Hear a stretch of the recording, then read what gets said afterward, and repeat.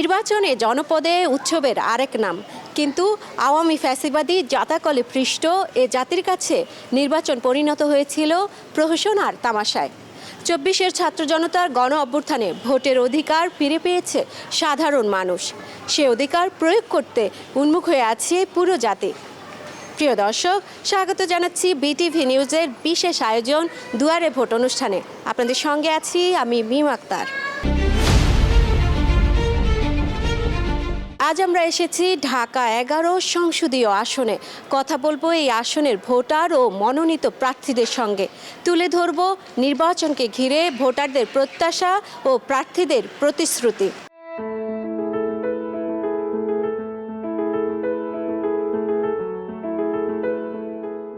রাজধানীর বাড্ডা, ভাটারা, রামপুরা থানা এবং হাতিরঝিল থানার আংশিক এলাকা নিয়ে গঠিত ঢাকা ১১ সংসদীয় আসন।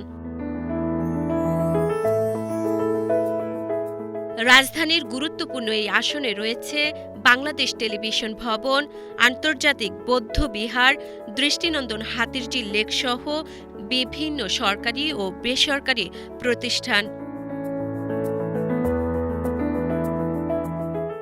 এই আসনে ভোটার রয়েছেন ৪,৩৬,৪৭৯ জন।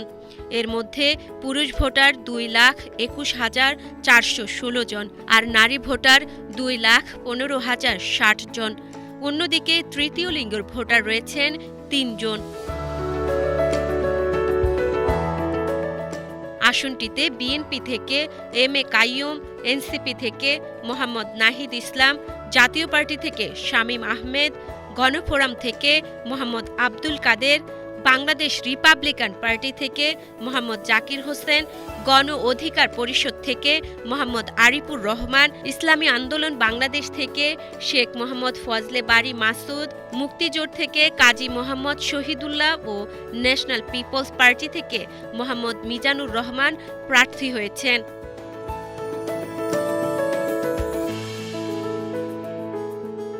সম্প্রতি বিটিভি নিউজের দুয়ারে ভোট অনুষ্ঠানের টিম হাজির হয় ঢাকা ১১ আসনে। কথা বলে এখানকার ভোটার, প্রার্থী ও রাজনৈতিক দলগুলোর প্রতিনিধিদের সঙ্গে। ঢাকা ১১ আসনে আপনাদের কি কি সমস্যা আছে এবং যিনি নতুন প্রার্থী আসবেন নির্বাচিত হয়ে তার কাছে আপনাদের প্রত্যাশা কি থাকবে? এখানে মাদক সেবন হয় অনেক বেশি এবং ড্রেনেজের ব্যবস্থা ভালো ব্যবস্থা নাই। আমরা যিনি আসবে ওনার কাছে প্রত্যাশা করি এখান থেকে ঢাকা ১১ আসন থেকে মাদক সমন্বয় নির্মূল করবে এবং উন্নয়নমূলক সব কাজ করবে, ড্রেনেজের কাজ করবে। ৭১ সালের পর থেকে আমরা দল দেখছি, পরিবারতন্ত্র দেখছি। আমরা এখন আর পরিবারতন্ত্র দেখতে চাই না। আমরা ব্যক্তি দেখব এবং যারা দেশের জন্য উন্নয়ন করবে, উন্নয়নের আশ্বাস দেবে, উন্নয়ন করবে, তাদেরকে আমরা দেবো। আমরা এখন দল দেখবো না, পরিবারতন্ত্র দেখবো না। যে এতদিন পরে ভোটের ব্যবস্থা হয়েছে, সুষ্ঠুভাবে ভোট দিতে পারবেন কি না এই বিষয়ে আপনার কি বলবেন? এ পর্যন্ত পজিশন দেখতেছি হয়তো সুষ্ঠুভাবে ভোট হবে। এখন সামনে কি করে বলা যায় না, বুঝছেন। আশা তো করি ভোট হবে। আমরা যদি সুষ্ঠুভাবে ভোট হয় ইনশাআল্লাহ আমরা সবাই নিজস্ব প্রার্থীকে এবং যারা দেশের উন্নয়নের কাজ করবে, দেশের কথা বলবে, সমাজের কথা বলবে, দেশকে ভালোবাসবে, তাদেরকে আমরা অবশ্যই সাপোর্ট দেবো এবং তাদেরকে আমরা ভোট দিয়ে জয়যুক্ত করবো ইনশাআল্লাহ। আমি ঢাকা ১১ আসনটা আসলে মূলত মাদক, সন্ত্রাস এবং চাঁদা মুক্ত করতে চাই। সেটা শুধু মুখে বলা নয়, এটা আমি কমিউনিটি বেস, সোসাইটিগুলি অনেক জায়গায় আছে, অনেক জায়গায় নেই, সেগুলি আমি করার মাধ্যমে এখানে সিসিটিভি ক্যামেরা দিব, গেট লাগাবো, সিকিউরিটি গেট এবং নাইট গার্ড সহ ওইসব জায়গায়। মূলত সিসিটিভির মূল টার্গেটটা হলো ওই জায়গায় অন্যায় করে কে, মাদক বিক্রি করে কে, এগুলি চিহ্নিত করে আমরা এগুলি আইনগতভাবে ব্যবস্থা নিয়ে এটার ব্যাপারে আমি একটা জোরালো ব্যবস্থা গ্রহণ করব। আর সর্বোপরি গ্যাসের একটা বড় সংকট। আমার ঢাকা ১১ দেখলাম যে ম্যাক্সিমাম জায়গায় গ্যাস থাকে না। তো গ্যাসের সমস্যা সমাধান সহ মানুষের উন্নয়নমূলক কাজ এবং মূলত যে জিনিসটা করতে চাই জনকল্যাণমূলক কাজে আমি কাজ করব ঢাকা ১১ সহসে যেখানে সুযোগ পাই ইনশাল্লাহ। যে ইসলামী এবং সমমনা দলগুলোর যে একটা জোট হয়েছে ১১ দলের, সেই দলের পক্ষে মানুষের স্বতঃস্ফূর্ত সাড়া আমরা প্রত্যেকটা জায়গাতেই পাচ্ছি। শ্রমিক বলেন, ছাত্র বলেন, ছাত্রী বলেন, আমাদের যারা বিভিন্ন জায়গায় মা বোনেরা আছেন, সকল জায়গায় আমরা যেখানে যাচ্ছি মানুষ পরিবর্তনের পক্ষে তারা আমাদেরকে তাদের মতামতটা সেখানে দিচ্ছে। আধিপত্যবাদীর গোষ্ঠীর যে একটা দীর্ঘ সময় তারা আমাদেরকে নিয়ে খেলেছে, মানুষ মনে করে 11 দলীয় যে জোটগুলো হয়েছে যদি তারা ক্ষমতা আসতে পারে, বাংলাদেশে আধিপত্যবাদী গোষ্ঠীর যে বিচরণ সেটি হয়তো বন্ধ, মানুষ সেটা প্রত্যাশা আমাদের কাছ থেকে করছেন। দ্বিতীয়, মানুষ একটা দুর্নীতিমুক্ত বাংলাদেশ দেখতে চাচ্ছেন। সব মিলে মানুষের প্রত্যাশার জায়গাটা এবার 11 দলীয় জোটকে ঘিরে বলে আমাদের কাছে মনে হচ্ছে। ঢাকা 11 আসনের ভোটাররাও ক্যামেরার সামনে তুলে ধরেছেন ফ্যাসিস্ট হাসিনার শাসনামলে ভোট নিয়ে তাদের তিক্ত অভিজ্ঞতা ও দীর্ঘদিনের হতাশার কথা। তাদের অভিযোগ, বিগত সরকারের আমলে এই সংসদীয় আসনে কাঙ্ক্ষিত উন্নয়ন হয়নি। গত 17 বছরের যে ফ্যাসিবাদী শাসন চলছে বাংলাদেশে, এই ফ্যাসিবাদী শাসনের পরে এই ফ্যাসিবাদী শাসনের ভিতরে যে 3টা নির্বাচন গেছে, এই 4টা নির্বাচন হয়ে গেছে। 4টা নির্বাচনের কোনো একটাতে এখন পর্যন্ত আমার 37 বছর বয়সে আমি একটা গভর্নমেন্ট ইলেকশনে ভোট দিতে পারি নাই। তো এর থেকে বড় কষ্টের তো আর কিছু হইতে পারে না। এই বছরটায় সুযোগ আসছে আমাদের কাছে সেটা দেয়ার। আর বিশাল বড় একটা গণ আন্দোলন গেছে, যেটা ফ্যাসিবাদের অবসান ঘটে ছাত্র জনতা বা দেশের সাধারণ মানুষ মিলে যেটা একটা বড় ধরনের ফ্যাসিজমকে বাংলাদেশ থেকে বিতাড়িত করছে, অধিপত্যবাদী শক্তিকে বাংলাদেশ থেকে বিতাড়িত করছে। এরপরে যে এই সুযোগটা মানুষের সামনে আসছে, এই সময়টা হচ্ছে আমাদের দেশ গঠনের সময়। আগামীতে যে সরকার গঠন হবে তার কাছে আপনাদের প্রত্যাশা কি? সাম্প্রদায়িক সম্প্রীতির বাংলাদেশে প্রত্যেকটা ধর্ম বর্ণের মানুষ যেন সহাবস্থানে বসবাস করতে পারে। কেউ কারো ধর্মীয়, কেউ কারো এই যে বিশেষ করে সামাজিক অবস্থান নিয়ে কেউ কাউকে ছোট করবে না, কেউ আধিপত্যবাদী হয়ে উঠবে না, আধিপত্যবাদী শক্তির এজেন্ট হয়ে উঠবে না। আমাদের সবথেকে বড় আশা হচ্ছে এইটা। আমরা চাইনি যোগ্য, সৎ এবং ন্যায় ইনসাফের ভিত্তিতে আমাদের এই বাড্ডাবাসীকে উপহার দিবেন এবং এলাকার যত সমস্যা আছে, বিশেষ করে শিক্ষা প্রতিষ্ঠানগুলোতে যে সমস্যাগুলো আছে, নকলমুক্ত শিক্ষা প্রতিষ্ঠান, তারপরে শিক্ষা ব্যবস্থার যে সমস্যাগুলো, এগুলো ওনারা দূরীভূত করবেন। আমাদের এলাকার যে চাঁদাবাজি সমস্যা সেগুলো দূর করবেন। আর সবচেয়ে বড় কথা, প্রত্যেক এলাকাতে সমস্যা থাকে। এই এলাকাবাদী যে সমস্যাগুলো আছে, এগুলা আইনগতভাবে যে সমস্যা, থানাভিত্তিক সমস্যা, এগুলো যেন মানুষকে সমস্যায় পড়তে না হয়। মামলাবাজি, তারপরে টেন্ডারবাজি, এগুলো থেকে যেন মানুষ মুক্তি চায়। সর্বোপরি যেই সরকার গঠন করবে, এই সরকারের কাছে আমাদের প্রত্যাশা এই দেশকে দুর্নীতিমুক্ত, চাঁদাবাজমুক্ত এবং শোষণমুক্ত একটা সমাজ উপহার দিবে। এটাই আমাদের প্রত্যাশা।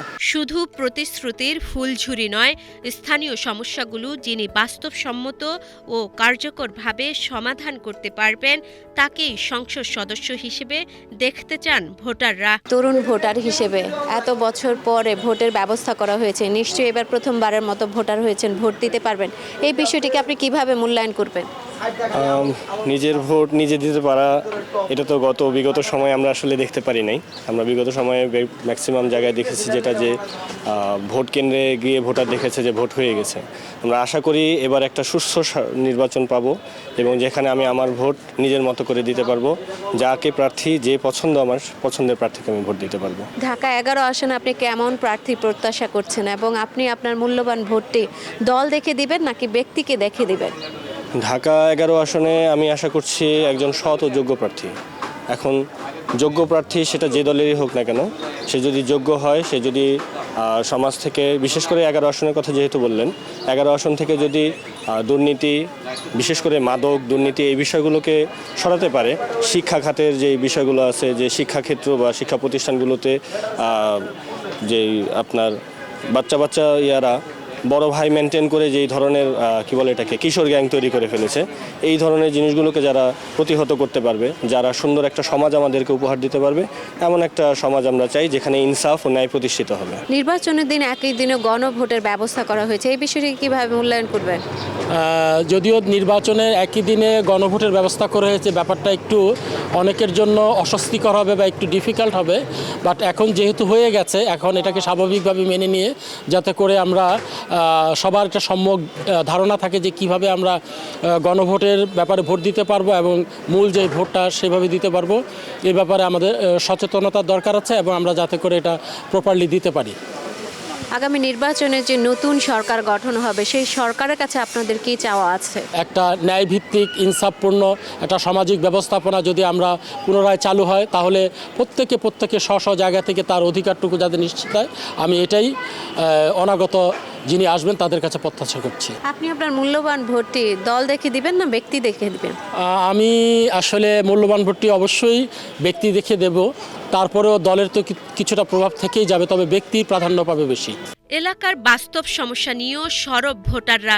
তারা বলছেন, নিরবিচ্ছিন্ন গ্যাস সরবরাহ নিশ্চিত করা, রাস্তাঘাট ও ড্রেনেজ ব্যবস্থার বেহাল দশা থেকে মুক্তি, দুর্নীতি ও দ্রব্যমূল্যর ঊর্ধ্বগতি রোধ এখন সময়ের দাবি। একই সঙ্গে মাদক ও কিশোর গ্যাংয়ের দৌরাত্ম্য বন্ধে কঠোর পদক্ষেপ এবং কর্মসংস্থান সৃষ্টি করে বেকারত্ব কমানোর কার্যকর সমাধান চান তারা। দীর্ঘদিন পরে ভোটের ব্যবস্থা করা হয়েছে, এই বিষয়টিকে আপনারা কিভাবে দেখছেন? আমরা খুব ভালোভাবেই দেখছি ইনশাল্লাহ, এবং সুষ্ঠু ভোট যদি হয় তাহলে আমরা সবাই উৎসবমুখরভাবে ভোট দিতে যাবো ইনশাল্লাহ ভোট কেন্দ্রে।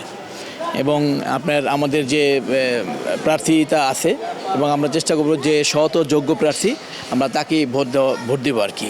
কারণ যেন আমাদের আশেপাশে আমাদের সুখ দুঃখের সাথী হয় যিনি, যে থাকবে। এবং আমাদের ঢাকা 11 আসনের আমাদের ওয়ার্ডে অনেক সমস্যা আছে, দীর্ঘদিন যাবৎ গ্যাসের সমস্যা, গ্যাস নাই আমাদের ওয়ার্ডে। তারপরে চাঁদাবাজির একটা প্রবলেম আছে, তারপরে মাদকের একটা সমস্যা আছে। এগুলো যারা নির্মূল করতে পারবে তাকেই আমরা ভোট দিয়ে জয়যুক্ত করবো ইনশাল্লাহ। এবং যে সংসদে যাবে আমাদের ভোটে নির্বাচিত হয়ে, সেজন্য এই ওয়ার্ডের সমস্যা এবং আসনের সমস্যা নিয়েই যাতে সংসদে কথা বলতে পারে, এবং আপনার সুযোগ সুবিধা বিল পাস করে নিয়ে এসে আমাদের জনগণের কাজ করতে পারে। অনেক সমস্যাই তো প্রতিটা ওয়ার্ডেই থেকে আছে, এগুলো যাতে সে সমাধান করতে পারে, এটাই আমাদের কাম্য। রাজধানীর অন্যতম গুরুত্বপূর্ণ এই সংসদীয় আসনের নির্বাচনকে ঘিরে প্রার্থী ও জোটের প্রতিনিধিরা দিচ্ছেন পরিবর্তনের নানা প্রতিশ্রুতি। স্থানীয় সমস্যাগুলো সমাধানের পাশাপাশি জাতীয় ইস্যুগুলোতেও কার্যকর ভূমিকা রাখার কথা বলছেন তারা। দীর্ঘ প্রায় 11 মাস এখানে আমরা প্রত্যেক জায়গায় কাজ করেছি, মানুষের সাথে আমরা জনমত তৈরি করেছি, মানুষকে বিভিন্ন প্রতিশ্রুতি আমরা দিয়েছি। এনসিপির আহ্বায়ক জনাব নাহিদ ইসলাম এখানে 11 দলের পক্ষ থেকে ওনাকে প্রার্থী করা হয়েছে। তো আমরা যেটা মানুষকে বলার চেষ্টা করে যাচ্ছি, আসলে দীর্ঘ 15 বছর গণতান্ত্রিক কথা আমরা বলি, কিন্তু আসলে মানুষ ভোট দেওয়ার সুযোগ পায়নি। না পাওয়ার কারণেই যারা এমপি ছিলেন তাদের যে জবাবদিহিতা সেটা ছিল না। আমাদের ঢাকা 11 সংসদীয় আসন, এখানে জনগণের যে বলি আমরা সুবিধার কথা বলি, দেখুন এখানে কোনো সরকারি হসপিটাল নাই, এখানে কোনো সরকারি কলেজ নেই, এখানে ভালো কোনো কমিউনিটি সেন্টার নেই, এখানে ভালো কোনো খেলার মাঠ নেই। মানুষের জীবনযাত্রার যে স্বাভাবিক মান ধরে রাখা, তার সিটি ফটো কিন্তু এই সংসদীয় আসনে আমরা কিন্তু খুঁজে পাইনি। সে জায়গা থেকে আমরা ওয়াদা দিয়েছি যে আমরা যদি সুযোগ পাই আপনাদের শিক্ষার ক্ষেত্রে, চিকিৎসার ক্ষেত্রে, বিনোদনের ক্ষেত্রে সে কাজগুলো আমরা করব। আমি চাই যে যুব সমাজে যারা তারা বিজনেসের দিকে ধাবিত হোক। আমি একটা বিজনেস হাউস করে দেব, সেখানে ওয়াইফাই ইন্টারনেট ফ্রি থাকবে, ছেলেমেয়েরা সেখানে আসবে, এক্সপিরিয়েন্স লোকদের মধ্যে তাদের আদান প্রদান হবে, সেখান থেকে তারা কিছু বিজনেস এক্সপিরিয়েন্স পিক আপ করতে পারবে। আর সমবায় ভিত্তিক উন্নয়ন, ধরেন একটা ক্লিনিক করলো, 5 জন মিলে করলো, একটা কিন্ডার গার্ডেন করলো, একটা ডেভেলপমেন্টের বিজনেস করলো, আমি সেখানে তাদেরকে উৎসাহিত করব যে তোমরা ব্যাঙ্গলোর না নিয়ে নিজেদের মধ্যে 5 জন 10 জন গ্রুপ করে বিজনেসের দিকে কাজ করো, সেখানে মানুষের এমপ্লয়মেন্টও হবে, তাদেরও একটা কর্মসংস্থান হবে।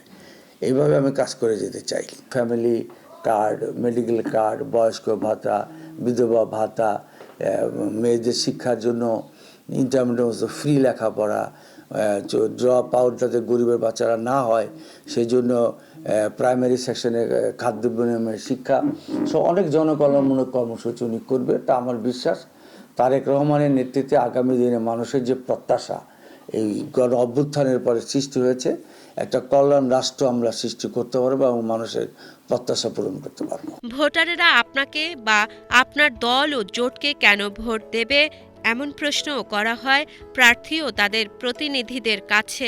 জামাত ইসলামী সহ যে 11 দল, 3টা বিষয়ে আমরা জনগণকে বলেছি। নম্বর হচ্ছে আমরা কোনো দল দুর্নীতি করব না, আমরা দুর্নীতিকে প্রশ্রয় দেব না।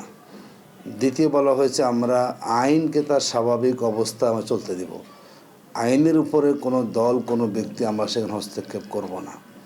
3 নম্বর আমরা বলেছি ক্লিয়ার করে যে রাষ্ট্র সংস্কারের যেই দাবিগুলো উঠেছে এবং তার ভিত্তিতে জুলাই সনদ হয়েছে, আমরা যদি সুযোগ পাই জুলাই সনদকে বাস্তবায়ন করব এবং যার মধ্যে জনগণের আশা আকাঙ্ক্ষা প্রতিফলন করবে। আমাদের এই কথাগুলো মানুষ মোটামুটি গ্রহণ করে নিয়েছেন।